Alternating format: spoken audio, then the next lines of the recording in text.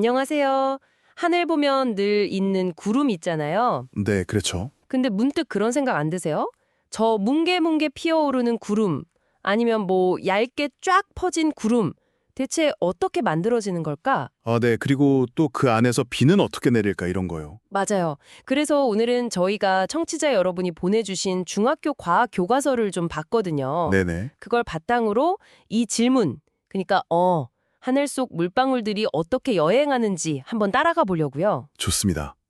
모든 건 사실 우리 눈에는 안 보이는 그 수증기에서 시작해요. 아, 공기 중에 있는 수증기요? 습도 얘기할 때 나오는 그거죠? 네, 맞아요. 근데 이 공기가 수증기를 품을 수 있는 양이 정해져 있거든요. 이걸 포화 수증기량이라고 하는데 아, 네. 들어본 것 같아요. 이게 기온에 따라 달라져요. 그러니까 따뜻한 공기일수록 수증기를 더 많이 먹을 수 있는 거죠. 더 많이 품을 수 있다. 네, 마치 스판지처럼요. 반대로 기온이 내려가면 품을 수 있는 양이 확 줄어들고요. 아하. 우리가 보통 습하다, 건조하다 할 때 쓰는 상대 습도 있잖아요. 네네. 그건 현재 공기가 최대로 품을 수 있는 양, 그 포화 수증기량 대비해서 실제로 얼마나 가지고 있나, 그 비율 퍼센트를 말하는 거예요. 아, 그러니까 겨울에 난방을 막 틀면 방 안 공기 자체의 수증기 양은 그대로인데도 건조하게 느껴지는 게 그렇죠. 기온이 올라가니까 공기가 수증기를 담을 수 있는 그릇? 뭐 그런 게 커진 셈이네요? 정확합니다. 그릇은 커졌는데 물은 그대로니까 상대적으로 부족하게 느껴지는 거죠. 비어 보이고. 와, 이해가 확 되네요. 그래서 보통 하루 중에 기온이 제일 높은 오후 2시나 3시쯤, 그때 상대 습도가 제일 낮아지는 경향이 있어요. 그렇군요. 자, 그럼 이 눈에 안 보이는 수증기가 어떻게 저 하늘 높은 곳의 구름으로 딱 변신하는 걸까요? 핵심은 공기가 위로 올라가는 거, 상승이라고요? 네, 핵심은 상승입니다. 공기가 올라가는 이유는 여러 가지가 있는데요. 예를 들면요? 햇볕이 강해서 땅이 뜨거워지면 그 위에 공기도 데워져서 가벼워져 올라가고요. 아, 네. 아니면 바람이 불다가 산 같은 데 부딪히면 어쩔 수 없이 타고 올라가기도 하고요. 강제로 올라가는 거네요. 그렇죠. 또 성질이 다른 따뜻한 공기랑 찬 공기가 만나면 서로 밀어올리기도 해요. 아, 그렇게 공기가 위로 가면 뭔가 특별한 일이 생기나요? 네, 아주 중요한 현상이 일어나는데 바로 단열 팽창이라고 해요. 단열 팽창이요? 좀 어려운데요? 쉽게 말하면 공기가 위로 쭉 올라가면 주변 압력이 낮아지잖아요. 네, 그렇죠. 높은 곳이니까. 그러면 공기 덩어리가 주변이랑 열을 주고받지 않으면서 스스로 부피가 확 커져요. 팽창하는 거죠. 네. 이때 에너지를 써서 온도가 뚝 떨어져요. 스스로 차가워지는 거예요. 아, 마치 그 스펀지 뿌릴 때 캔 차가워지는 것처럼요. 그거랑 비슷해요. 네. 그렇게 온도가 떨어지면 아까 말했던 포화 수증기량도 같이 줄어들리죠. 아, 맞다. 공기가 차가워지면 수증기를 많이 못 품는다고 했죠? 그렇죠. 공기가 계속 올라가면서 차가워지다 보면 결국에는 더 이상 수증기를 기체로 못 품는 온도에 딱 도달해요. 이걸 이슬점이라고 하거든요. 네. 그때 공기 중에 아주 작은 먼지나 소금 알갱이 같은 것들이 있어요. 이걸 응결핵이라고 하는데 응결핵? 핵이요? 네, 씨앗 같은 거죠. 이 응결핵을 중심으로 수증기가 달라붙어서 아주 작은 물방울로 겨내요. 이게 바로 응결이고요. 아하.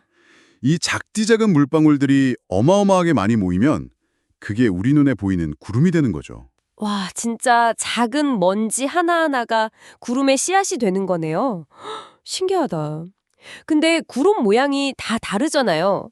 막 위로 뭉게뭉게 솟는 구름도 있고, 아, 저군형 구름 말씀이시죠? 네네. 그리고 옆으로 넓게 쫙 퍼지는 구름도 있고요. 칭혼형이라고 하나요? 네, 맞아요. 칭운형. 그건 공기가 얼마나 세게 올라가느냐, 그 상승 속도랑 관련이 깊어요. 아, 속도요? 네. 공기가 막 빠르고 강하게 위로 치솟으면 위로 불쑥 솟은 웅계구름, 저군형이 잘 만들어지고요. 네. 넓은 지역에서 좀 약하게 스멀스멀 올라가면 옆으로 넓게 퍼지는 층운형 구름이 만들어지기 쉬워요. 그렇군요.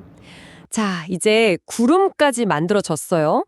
근데 이 구름 속 물방울들 엄청 작고 가볍다면서요. 네, 아주 작죠. 그래서 바로 비나 눈으로 안 떨어지는 거죠? 그럼 우리가 맞는 비나 눈이 되려면 뭔가 더 과정이 필요한 거네요. 맞습니다.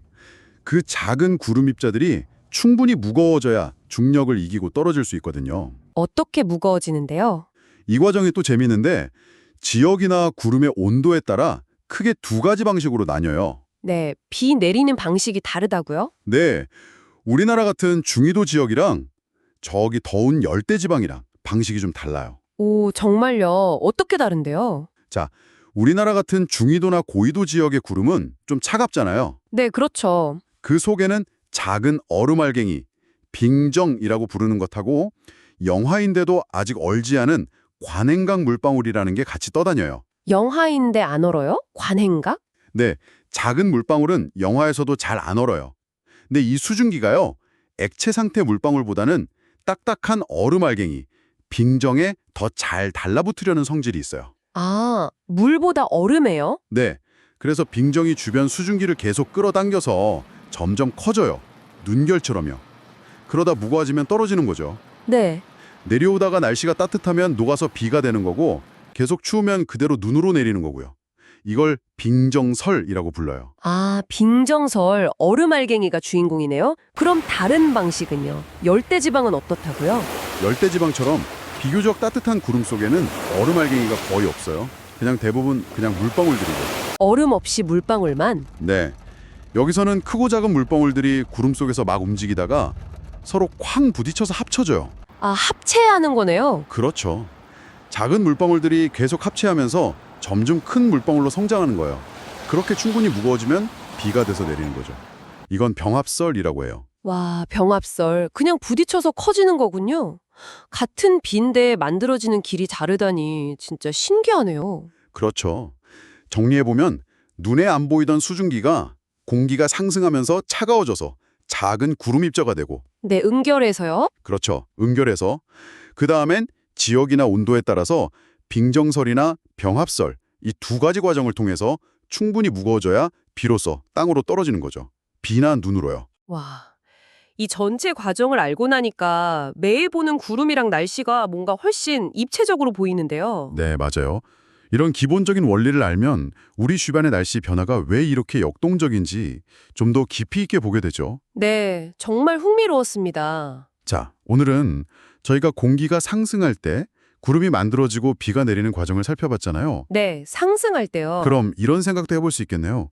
반대로 공기가 하강할 때는 어떤 일이 벌어질까요? 아, 하강할 때요? 네, 이 반대 과정을 한번 따라가 보시면 왜 어떤 날은 하늘이 유독 파랗고 맑고 건조한지 거기에 대한 실마리를 또 찾으실 수 있을 겁니다. 한번 생각해 보시면 재밌을 거예요.